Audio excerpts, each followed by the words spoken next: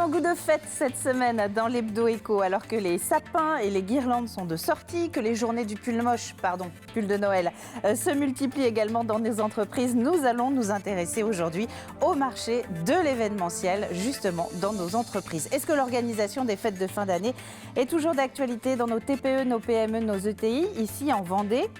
Est-ce qu'il y a des modes aussi, mais peut-on encore vivre et se développer dans ce secteur de l'événementiel alors que nous avons de plus en plus l'impression qu'il faut resserrer les budgets autour de ce qui est essentiel. C'est ce que nous allons voir aujourd'hui avec le fondateur d'Envol, un créateur d'événements depuis plus de 20 ans en Vendée.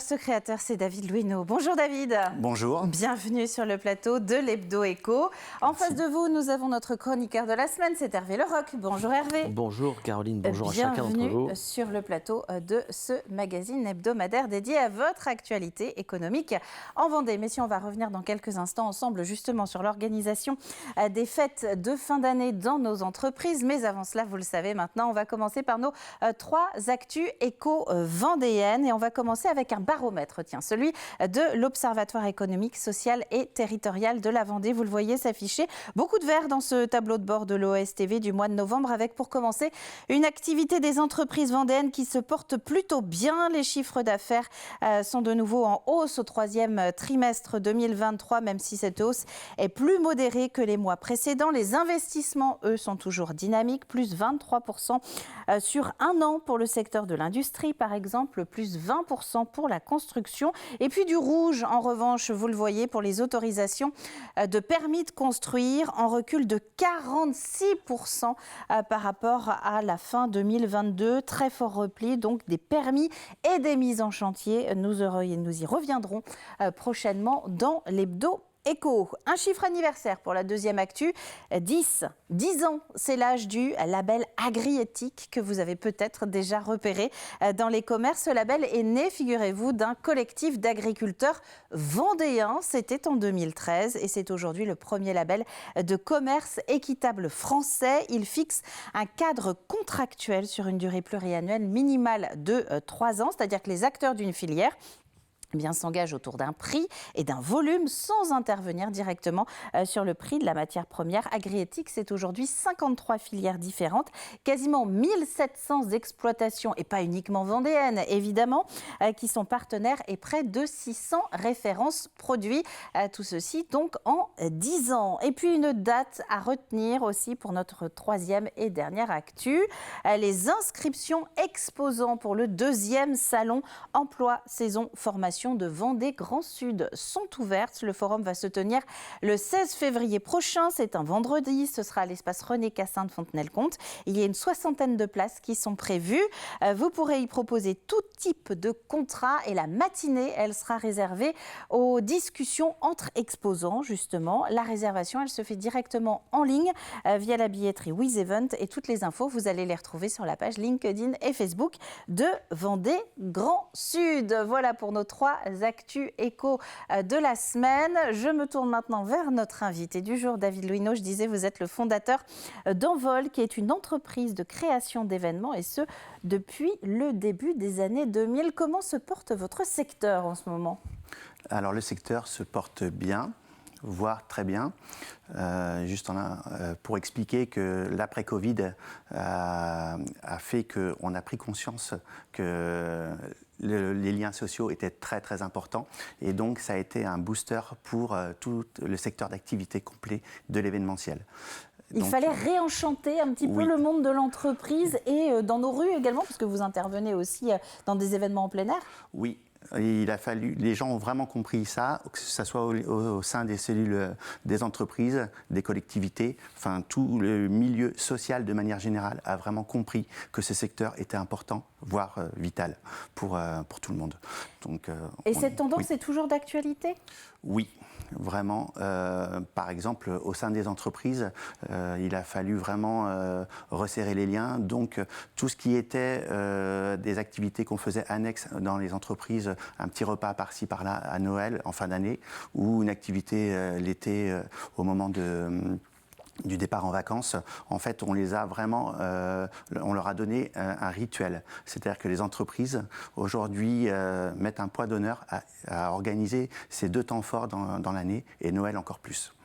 Votre pic d'activité justement sur une année, quand on est dans l'événementiel comme vous, c'est à quel moment ? Est-ce que c'est maintenant justement plutôt pour les fêtes de fin d'année ? Oui. Oui, pour notre secteur d'activité, Noël est une très très forte pointe d'activité. Aujourd'hui, ça représente sur une entreprise comme la nôtre presque un tiers du chiffre d'affaires qui est fait en 1 mois d'activité. Donc c'est vraiment énorme. Et les 2 autres tiers alors, c'est à quel moment ? Les 2 autres tiers, c'est sur l'été, parce qu'en Vendée, il y a une configuration d'activité touristique. Donc il y a un autre tiers qui est fait sur l'été, et après on a une activité tout au long de l'année, parce que aussi l'événement c'est tout au long de l'année avec des thèmes que ça soit, là on vient de sortir d'Octobre Rose, Halloween sont aussi des thèmes qui sont porteurs. Enfin aujourd'hui on matérialise tout au long de l'année de l'activité c'est toujours un prétexte de faire une activité, que ce soit au sein des entreprises ou que ce soit l'associatif. Aujourd'hui, ça bouge beaucoup. Alors là, on est encore sur la première quinzaine de décembre. Comment sont occupées vos journées, justement ? Est-ce que vous êtes dans la préparation d'interventions en entreprise et sur quel type d'opération, justement, vous travaillez ? Ça a déjà démarré. Parce que ça démarre à peu près dès le 15 novembre. On fabrique aussi beaucoup de décors et de préparations qu'on fabrique en interne. Donc ça nécessite de très bonne heure à mettre en œuvre toute cette ressource-là. Donc on démarre vraiment dès le 15 novembre. Aujourd'hui, on est vraiment dans le cœur de l'activité. Je vais vous quitter après pour retourner avec mes équipes parce qu'ils sont en pleine préparation et il y a un fourmillement d'activités. Donc je vais les rejoindre aussitôt.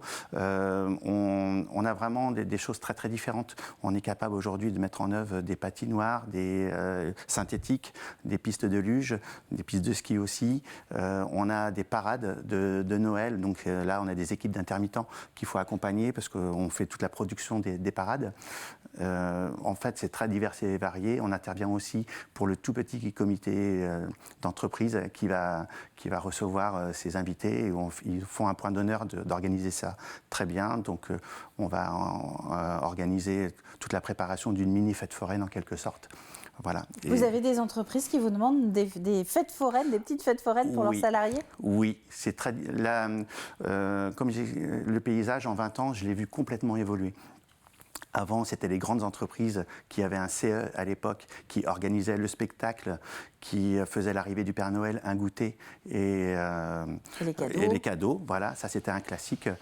Aujourd'hui, toutes les entreprises, je dirais vraiment toutes, si elles ont 4-5 salariés, elles organisent quelque chose. Et c'est plus ce schéma-là qu'on retrouve. C'est-à-dire qu'elles proposent des choses vraiment diverses et variées. Le spectacle a encore la cote, mais on peut organiser des mini-fêtes foraines en salle pour des entreprises, oui, on organise tout ça très régulièrement. Et alors les petites boîtes qui ont 4-5 salariés, justement, je suppose que ça ne va pas se tourner vers ces structures-là. Qu'est-ce qu'elles vous demandent ?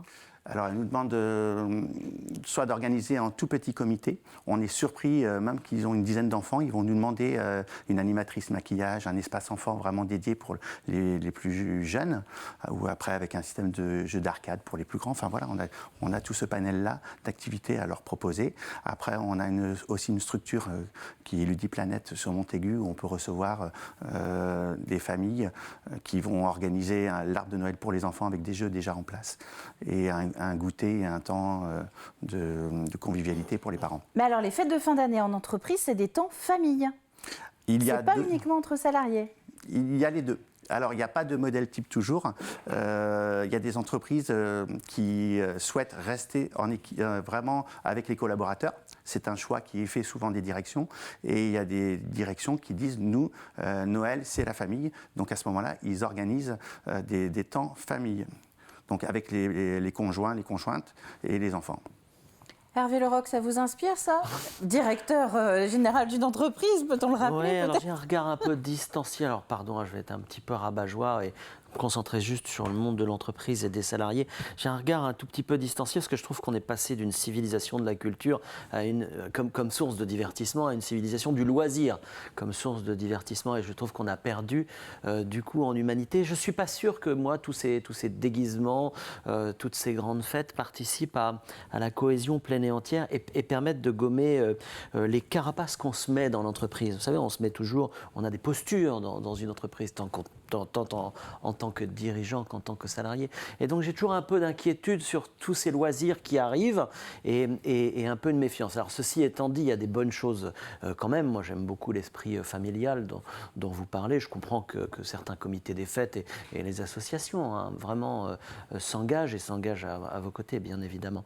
Mais je suis plus distancié quand il s'agit de l'entreprise et de faire une fête foraine dans l'entreprise proprement dite. Alors il y a quand même de belles initiatives. Si c'est organisé, c'est peut-être aussi un moyen de fidéliser ses salariés.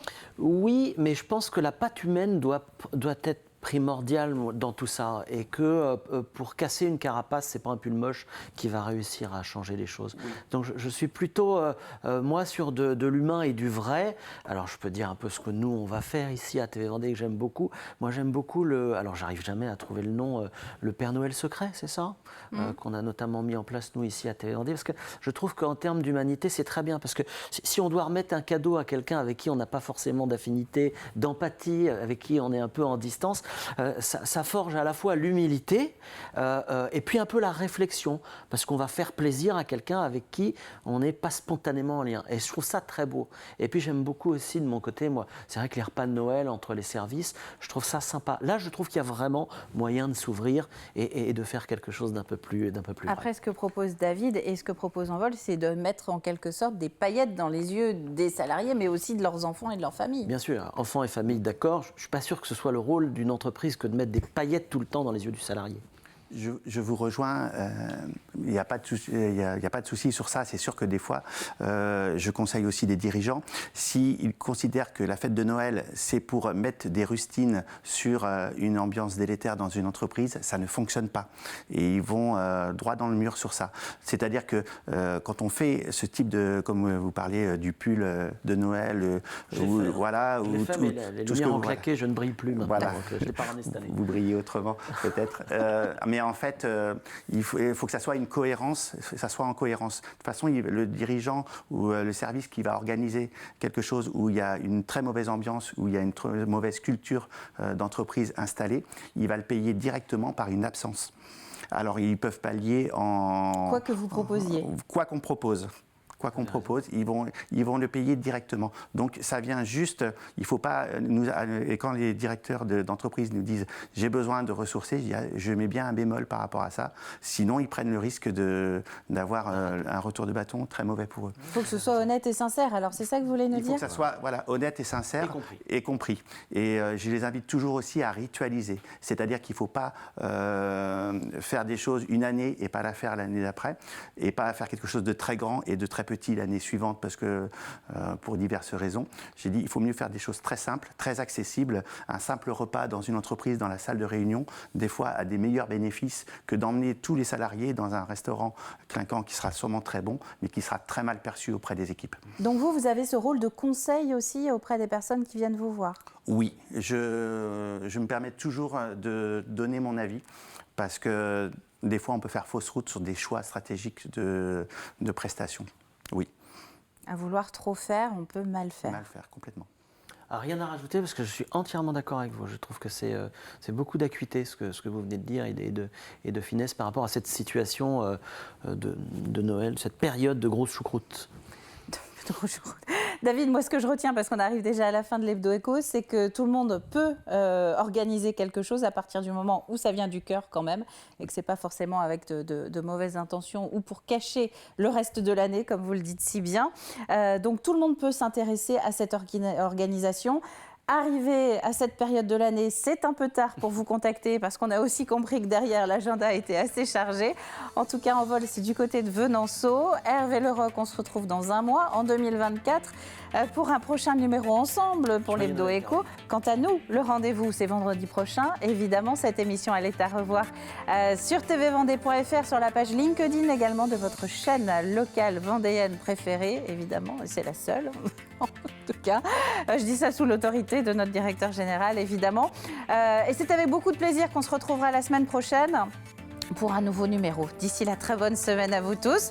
Très bonne fête de fin d'année aussi peut-être en entreprise. Vous l'avez compris. À la semaine prochaine.